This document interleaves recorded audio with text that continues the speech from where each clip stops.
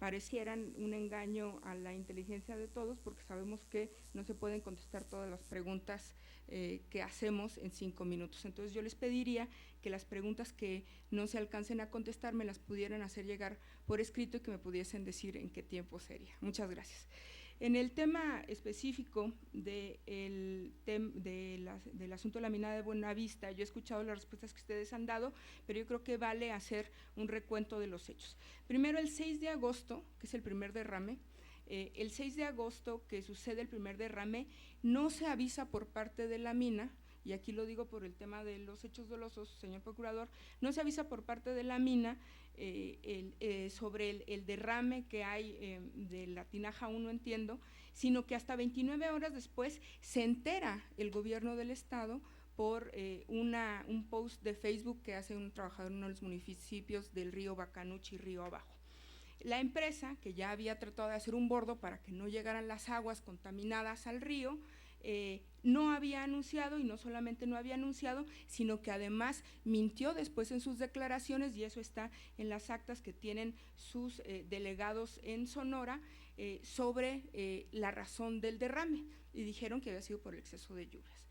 Y luego, todo esto que está consignado en estas actas de emergencia, y luego dice que es un problema de la soldadura que le vendió una empresa bueno, que no sabemos quién es.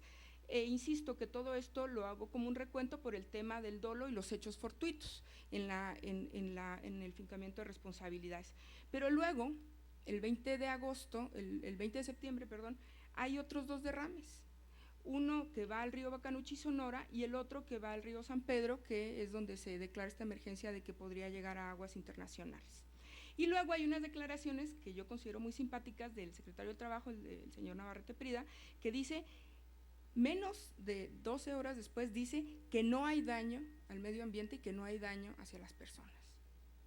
Entonces, todo esto lo digo porque, y aquí estas son las preguntas que me gustaría que me contestaran esta comparecencia. Primero, ¿hay un diagnóstico real de cuál es el impacto ambiental del derrame, de lo que presumimos, porque ni siquiera sabemos si son 40 millones de litros de sulfato de cobre, y si lo hay, que si me lo pudiesen hacer llegar, primero.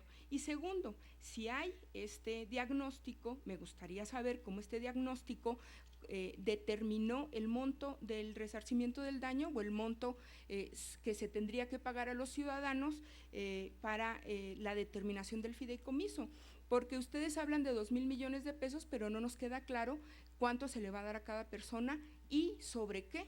Es decir, estamos hablando no solamente del daño a la salud a futuro, sino que estamos hablando del probable daño a los pozos agrícolas, estamos hablando al daño al medio ambiente, flora, fauna, estamos hablando de daño económico, y todas las personas que han venido aquí a comparecer, con mucho respeto se los digo, dices que ustedes son los directamente responsables de este tema. Y hablando de responsabilidades, esa seguiría mi segunda pregunta. Es decir, ¿en qué medida son ustedes responsables? El artículo 175 de la Ley de Responsabilidad Ambiental, el 117 y el 170 marcan con mucha claridad que la Secretaría es responsable inclusive de la suspensión de las actividades si acaso hubiese un daño ambiental inminente e inclusive del manejo de los residuos. Pero no nos ha quedado claro, y se lo digo con mucho respeto, señor procurador y señor secretario, específicamente qué es lo que ustedes están haciendo, porque usted ha dicho que se han tomado acciones antes inclusive y después, pero no nos queda claro. Le voy a decir por qué no nos queda claro. Nosotros estuvimos en las inspecciones, y a mí me gustaría que ojalá tuvieran una foto como la que presentaron del aeropuerto, de cómo están las tinajas en la mina Buenavista del Cobre, que son las que ustedes dicen que tienen clausuradas. Señor procurador y señor secretario, ustedes saben que solamente existe la tinaja 1, la tinaja 2 no está terminada de construir, se ve claramente, inclusive en la inspección que nosotros hicimos, cómo están separados los tubos, y bueno, ya de la construcción de seguridad de las siguientes tinajas para derrame, pues ya ni hablamos. Estamos hablando de que en este derrame se violentaron 46 NOMs o normas expedidas por la Secretaría, 46 determinadas, lo da la Cámara de Diputados en su informe, 30 leyes, y ustedes nos han dicho que están tomando medidas insisto, me gustaría saber cuáles son las inspecciones previas que tienen que hacer en conjunto con la Secretaría de Economía, que ya dijo el secretario de Economía aquí que las habían hecho, cuáles fueron los diagnósticos que hicieron, sobre todo porque falta la tinaja 2 y las medidas de seguridad, y por último, quiénes son los responsables de no haber visto estos manejos de residuos al aire libre del que hablaba el señor secretario. La siguiente, y ya con esto termino porque se me acaba el tiempo, ¿cuál es la responsabilidad de la Profepa? ¿Y por qué no han hecho una suspensión temporal de las actividades si entendemos nosotros la mina Buenavista del Cobre sigue funcionando? Y para las preguntas que me gustaría que me entregaran por escrito, primero, ¿cómo se manejaron los desechos tóxicos? Porque el señor procurador ha dicho que se manejaron, que se llevaron a Jales. Yo le voy a decir, nosotros estuvimos ahí. Primero, la limpieza del lecho del río, estaban dejando la tierra a un lado del lecho del río. Entonces, ¿de qué sirve sacar la tierra y echarla a un lado si volvía a llover? Y como ustedes y nosotros sabemos, el río Bacanuchi, Sonora, es un río seco que cuando llueve, entonces iban a entrar otra vez todos los metales duros al agua. Segundo, usted dice que se llevaban a Jales, yo le voy a decir por la gente que trabajaba ahí que no es cierto. Sobre todo el agua que quedaba antes del bordo estaba siendo simplemente tirada a un lado de donde estaba toda la sierra quemada. Lo dicen los empleados que estaban trabajando en la limpieza, y a nosotros no nos queda claro si ustedes tenían inspecciones o no de cómo se estaban manejando los residuos tóxicos. Me gustaría también saber por escrito cuáles son las medidas que se han tomado de seguridad para los trabajadores. Nosotros estuvimos allá, los trabajadores ni siquiera traían cobertores de papel, sino que estaban cubriéndose con camisetas que ellos mismos llevaban de sus casas y ni siquiera tenían absolutamente ningún sistema de control. Y en el tema de las medidas de seguridad para la ciudadanía, porque pues están ahí los metales duros, están ahí los pozos y no nos queda muy claro cuáles son las medidas de seguridad que se están tomando para el impacto de salud a las personas y a la fauna. ¿Cuál es el impacto de salud a las personas y a la fauna que debieron haber ser parte de este diagnóstico para determinar el fideicomiso? En el tema del fracking, a mí me gustaría saber cuál es la técnica de fracking que se va a utilizar y qué porcentajes de agua dulce, de agua salada y de agua dura se van a utilizar.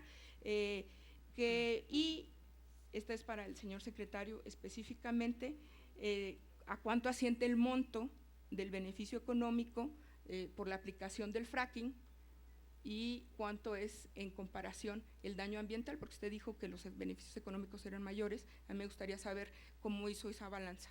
Y en el tema del aeropuerto, yo con esto termino, me gustaría tener la manifestación del impacto ambiental y la evolución del impacto ambiental para no solamente saber todo esto positivo, sino también saber cuáles son los daños posibles al medio ambiente. Yo agradezco mucho su atención y me disculpo por el exceso del tiempo. Gracias. Gracias, diputada. Tiene el uso de la palabra hasta por 5 minutos el funcionario compareciente para dar respuesta. Gracias, diputada, muy amable por sus preguntas. Si me lo permite, la última, la del fracking, me la reservo para el final, los 6 últimos minutos, porque no nos va a dar tiempo de contestarle todo.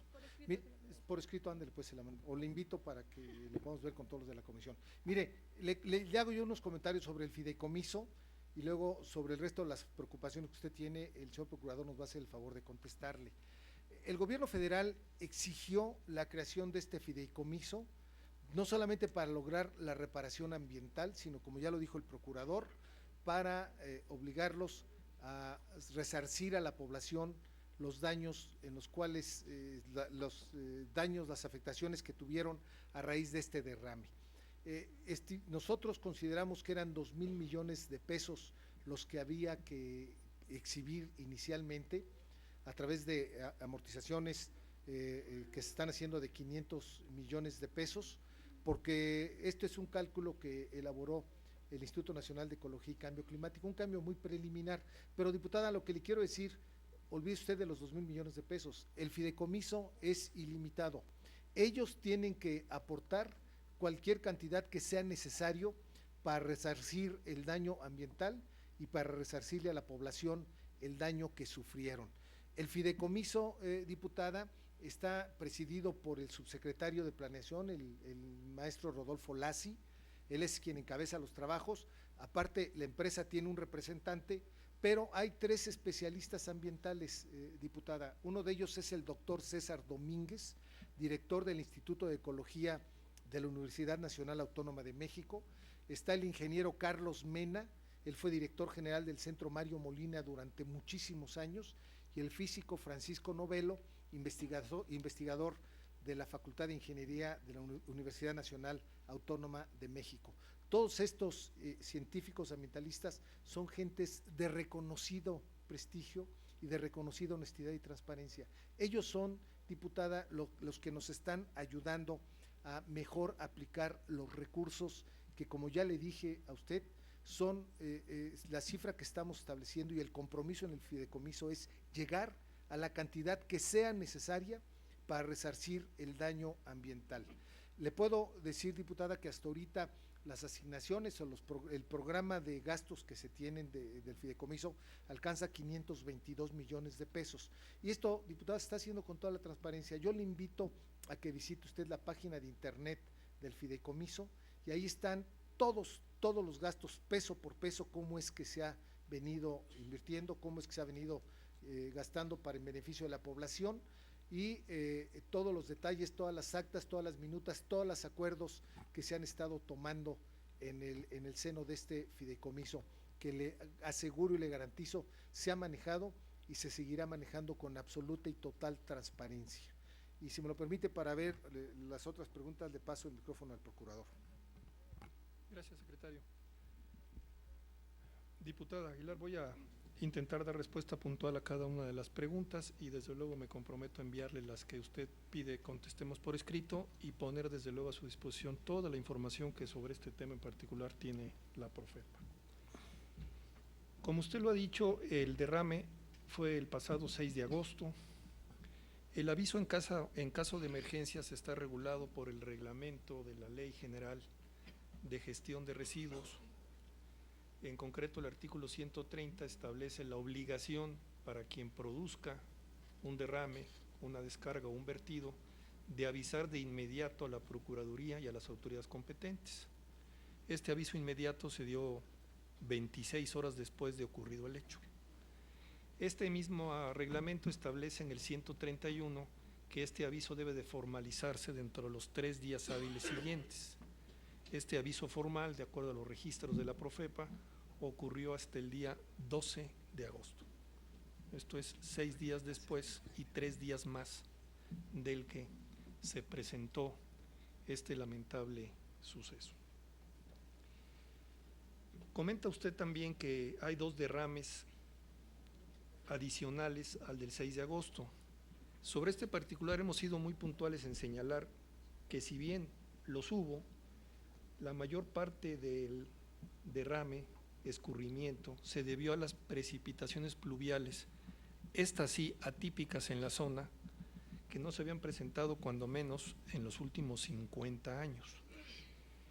Los patios de tinajas 1 y 2, uno donde se presentó el incidente, al quedarse sin riego con la medida precautoria, se encontraba prácticamente vacío, y el otro con muy poca cantidad de lixiviado. Desde el mismo día que el señor alcalde de Arizpe denunció los hechos, antes de acudir, por cierto, a la autoridad competente, enviamos inspectores a la zona y muestreamos el pH en tinajas 1 y en tinajas 2. Los muestreos que nos da desde el día 18 de septiembre hasta el día de ayer muestran con toda claridad que los escurrimientos cesaron desde el día 19, y aún con estos el pH se encontraba en un rango de entre 5 y 9. Esto es prácticamente sin problema. En el caso denunciado posteriormente también por el mismo alcalde de la supuesta contaminación del río San Pedro en Sonora, de igual forma enviamos inspectores a la zona. La propia Unidad de Protección Civil del Estado de Sonora lanzó, por cierto, una alerta binacional que corresponde, por cierto, únicamente al Estado Nacional, no a los gobiernos estatales, al gobierno de Arizona, sin ningún muestreo que significase que había un derrame tóxico de esta mina Buenavista del cobre. Este gobierno también de Arizona dio aviso a la Comisión Internacional de Límites de Agua, mejor conocida como SILA, para que se tomaran las medidas pertinentes. La Profepa, desde prácticamente el primer día de esta denuncia del señor alcalde de Arizpe, señaló que el derrame había ocurrido en la antigua presa de Jales de Cananea, que no tiene prácticamente funcionamiento desde hace más de 50 años, y monitoreamos también, hicimos los muestreos de las salidas de fluidos de la empresa, tanto al norte como al sur, y también las pruebas de pH que hemos mantenido desde el día 18 hasta el día de ayer y que lo seguiremos haciendo, demuestran también que el pH se encontraba entre 5 y 9 puntos. Esto es en índices normales. Estos índices están publicados en la página del micrositio de la comisión y diariamente se da cuenta de ellos, y están también a su disposición, desde luego, las actas y las pruebas de laboratorios, tanto externos como mexicanos.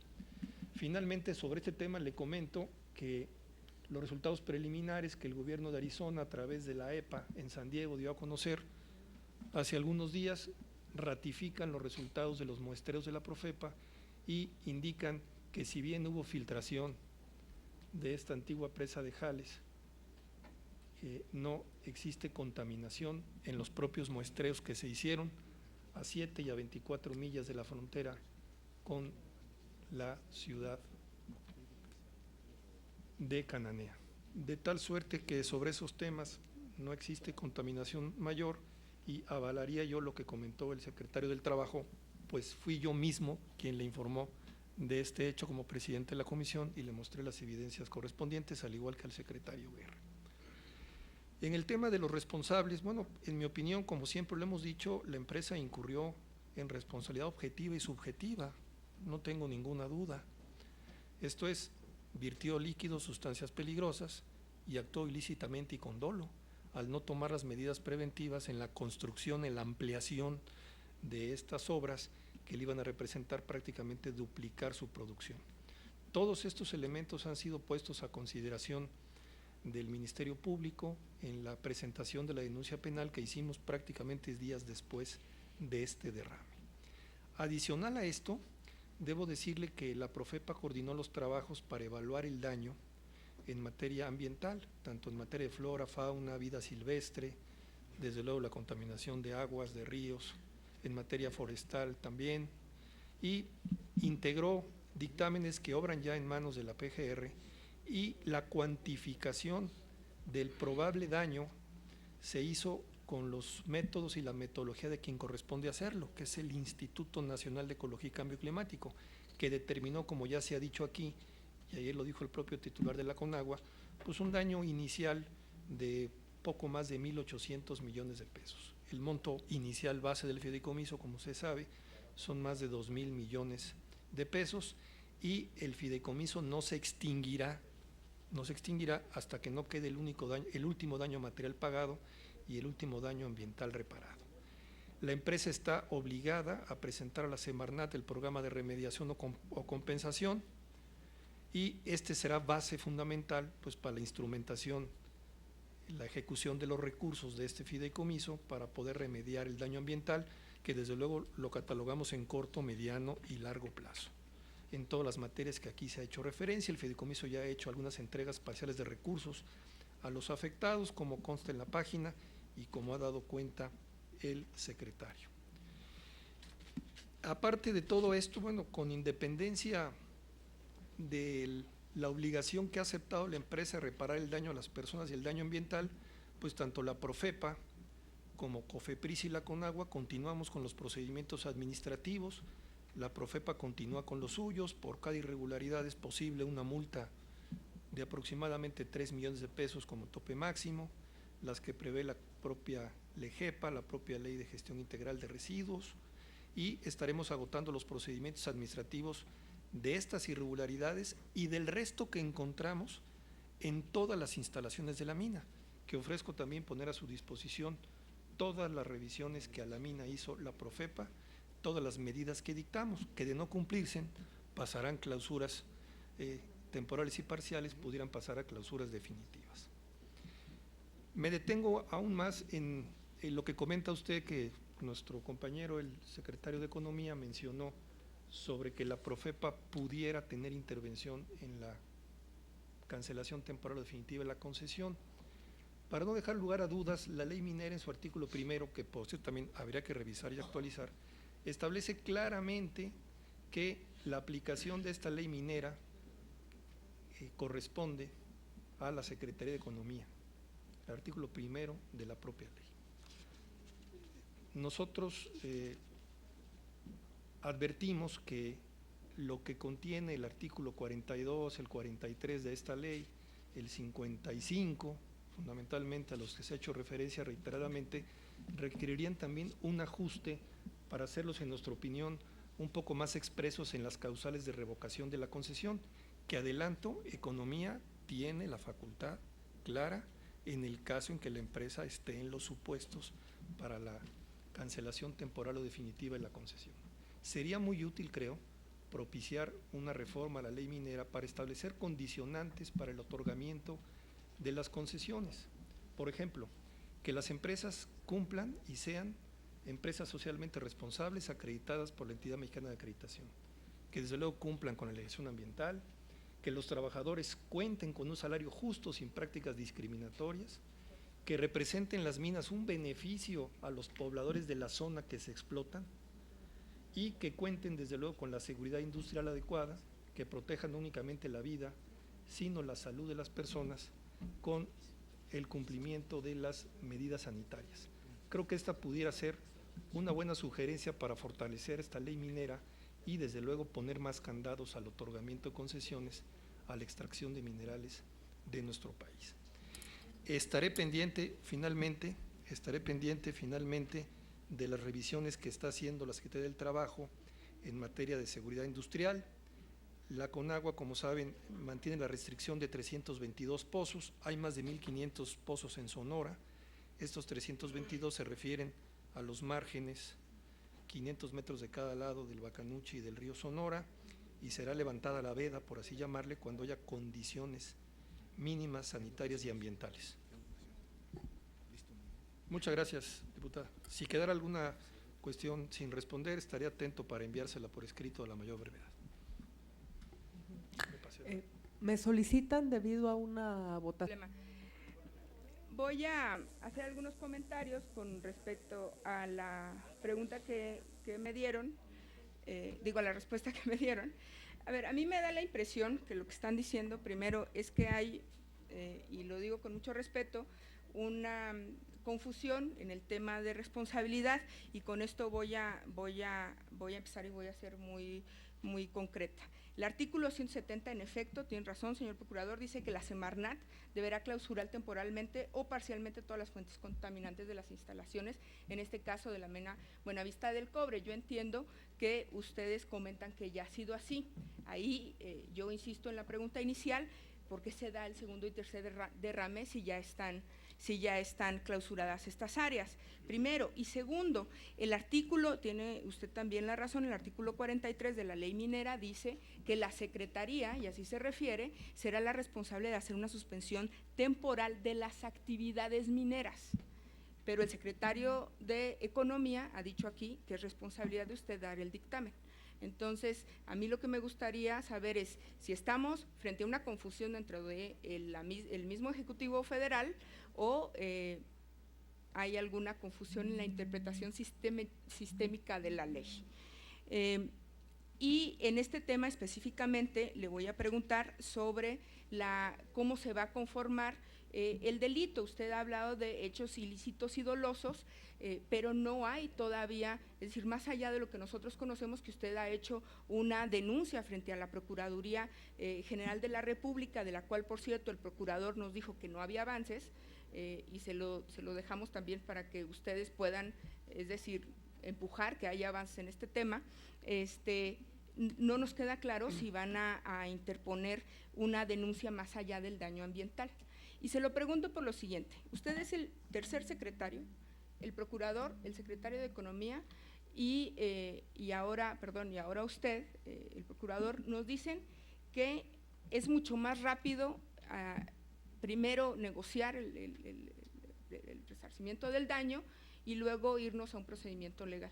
La pregunta en concreto es si están ustedes entonces prefiriendo la negociación en lugar de la aplicación de la ley, que por cierto ya es muy laxa, porque aquí a todos nos queda muy claro, en efecto, que los diputados nos tenemos que poner a trabajar en modificar la ley, pero si ustedes me han dicho, me dijo el secretario de Economía, que si nos íbamos al amparo, entonces nunca iba a pagar la mina, y usted dice que si nos hubiésemos ido a un procedimiento penal o un procedimiento legal, entonces vendría mucho más tarde el resarcimiento del daño. A mí me preocupa entonces que el mensaje que está mandando el Ejecutivo, y con esto concluyo, a quienes van a venir a explotar nuestros hidrocarburos, es que en este país la aplicación de la ley no es prioritaria y que vale más la negociación que la aplicación de la ley, porque entonces somos rehenes de aquellos que vienen, contaminan y que nosotros para poder pedirles el resarcimiento no les iniciamos procedimientos legales. Yo con esto concluiría. No sin antes solicitarles de nuevo que toda la serie de preguntas que hicimos me las pudieran hacer llegar por escrito, y específicamente en lo que tiene que ver con el fideicomiso, señor secretario, hemos entrado a la página, hemos conocido los detalles, pero lo que no nos queda claro es cómo se está manejando el padrón y el monto por persona, es decir, sí el monto general del resarcimiento del daño ecológico, que es lo que ustedes tienen informado, pero ¿qué pasa con el impacto sobre todo de salud de las personas? Que creo que de eso, al menos en lo que nosotros tenemos conocimiento, nadie se ha ocupado. Muchas gracias.